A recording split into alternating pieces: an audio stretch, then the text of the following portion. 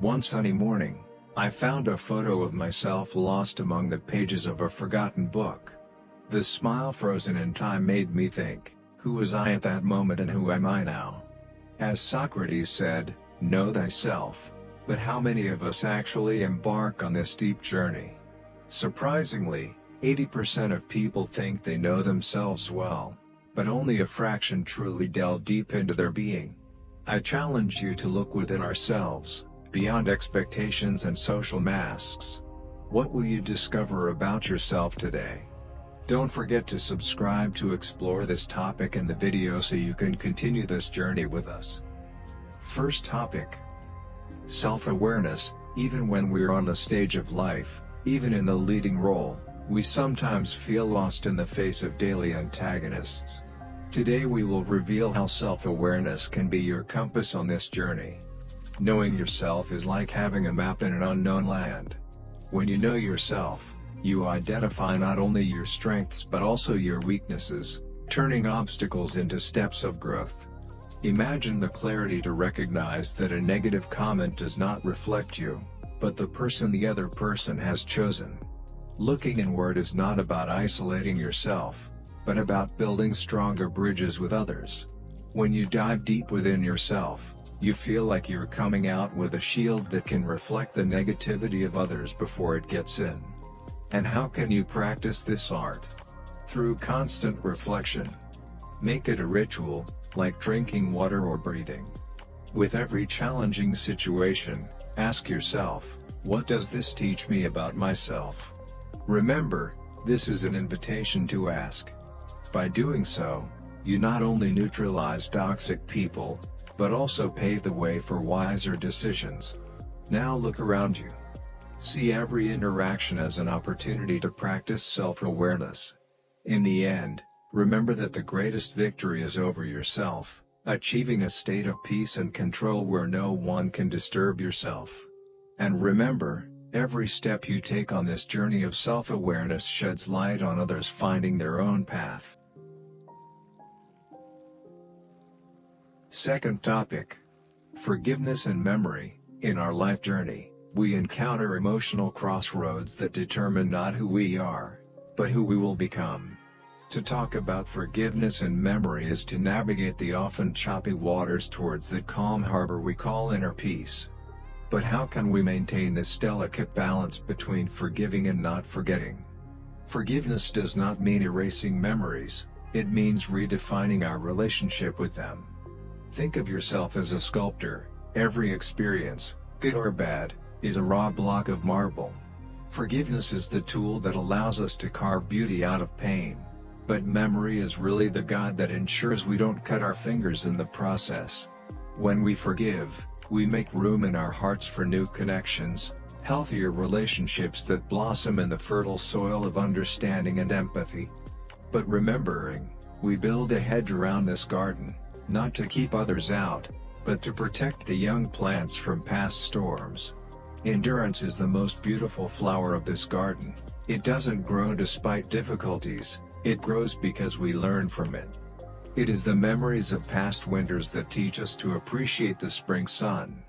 The healthiest relationships are not without conflict, but those in which we learn to dance in the rain, driven by memories of previous storms. As you navigate this path, remember that by forgiving we open the door to the future, but by remembering we hold the key. It's not about living in the past, it's about using its lessons to build a better tomorrow. This is the art of living, balancing the lightness of forgiveness with the wisdom of memory. I invite you to think, how does this balance manifest in your life? How you can use forgiveness to make room for new experiences. However, it is extremely liberating. It is about building an inner beacon within you that allows you to return to calmness, no matter how dark the night. And more importantly, discovering that there is a tremendous power of rebirth and peace within you. So when you encounter toxic people, don't try to calm the storm, calm yourself. The sea will balance on its own, and by practicing awareness and stress management, you will not only survive toxic currents but learn to navigate with confidence and peace, regardless of sea conditions. Third topic: Setting boundaries. Have you noticed that sometimes we feel oppressed because we don't say no when it's necessary? Setting boundaries isn't just about creating obstacles, it's about paving the way for healthier relationships and true happiness. Think of your life as a garden. Boundaries are like fences that protect your precious plants. Without them, anyone can come and trample the flowers, right? But when you have these fences, you choose who can enter and how they can interact with your space. Have you ever found yourself in a situation where you felt exhausted simply because you couldn't say no? This feeling of exhaustion is not a sign of weakness, but a warning that your limits are being tested. Setting boundaries is an act of courage to be yourself, to state what you need to be respected and feel safe. And you know what? By doing this you not only protect yourself, but also teach others to respect your space, creating relationships based on mutual respect.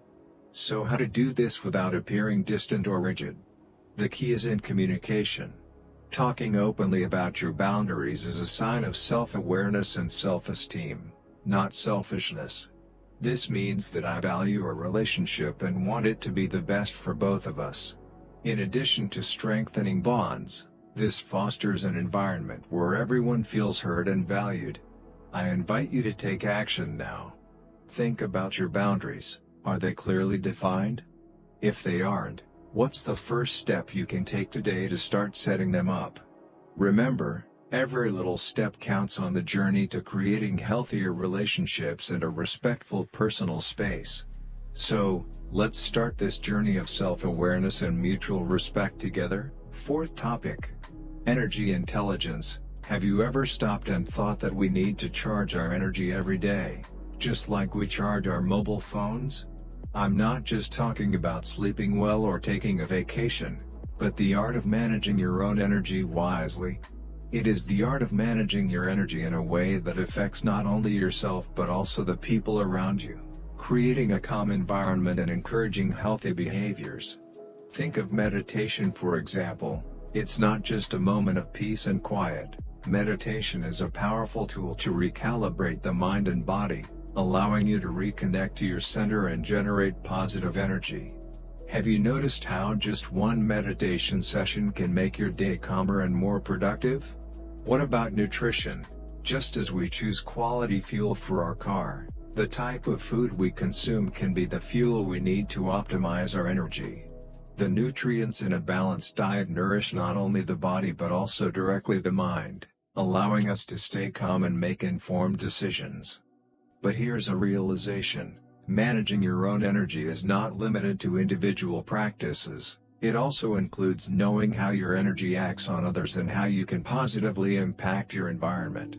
Have you noticed that the presence of someone calm and centered can calm an entire room? This is the power of energy intelligence.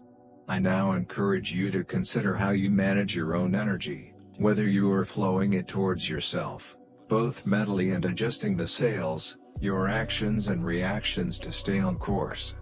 Now I invite you to think, what lighthouses are you looking for? Have the waves tried to blow you off course? And most importantly, how can you adjust the sails to focus on what really matters? Success and personal satisfaction aren't just about achieving goals. They're also about the journey to get there. Facing obstacles and overcoming them with resilience and emotional intelligence help you stay focused. Conserve your energy and move forward, because the real power is within you. Take control of your life with the wisdom of the greatest philosophers in history. Stoicism is your map for resilience, prosperity, and happiness in the 21st century. Turn challenges into victories, stress into strength, uncertainty into clarity. Fifth topic. While we seek support in our life journey, the mountains we encounter, the difficulties and obstacles that seem impossible to solve, test our strength. But no matter how much we believe that we can overcome them alone, there is one basic truth that we cannot deny: we all need support. The journey becomes lighter and more meaningful when shared with friends, family, or the professionals who help us. Imagine facing a lonely maze, trying to find a way out, navigating paths that lead to dead ends. Now imagine you have a drone that can see the maze from above. It represents the people who support you. Your family and friends may not have all the answers, but simple listening and sharing experiences illuminate previously unseen pathways. And when it comes to emotional or psychological difficulties, the guidance of professionals can be the guide we need to get through the dense and dark forests. Psychologists, therapists, and counselors are like seasoned explorers who know the shortcuts and pitfalls in the jungle of our minds. Seeking support is not a sign of weakness, it is a show of strength. It means accepting that we are social beings, that we are connected, and that our ability to overcome challenges increases exponentially when we're open to getting help. The different perspectives and experiences of others, when brought together, can complete the picture we aim for, helping us find new perspectives and solutions with the motivational support of those who support us. The next time you encounter a challenge, remember that you don't have to face it. Go out, share your frustrations, and benefit from the multiple opinions of the people around you and the motivational support of those who support you. Together we are stronger, wiser, and infinitely more capable. Finally, trust your instincts.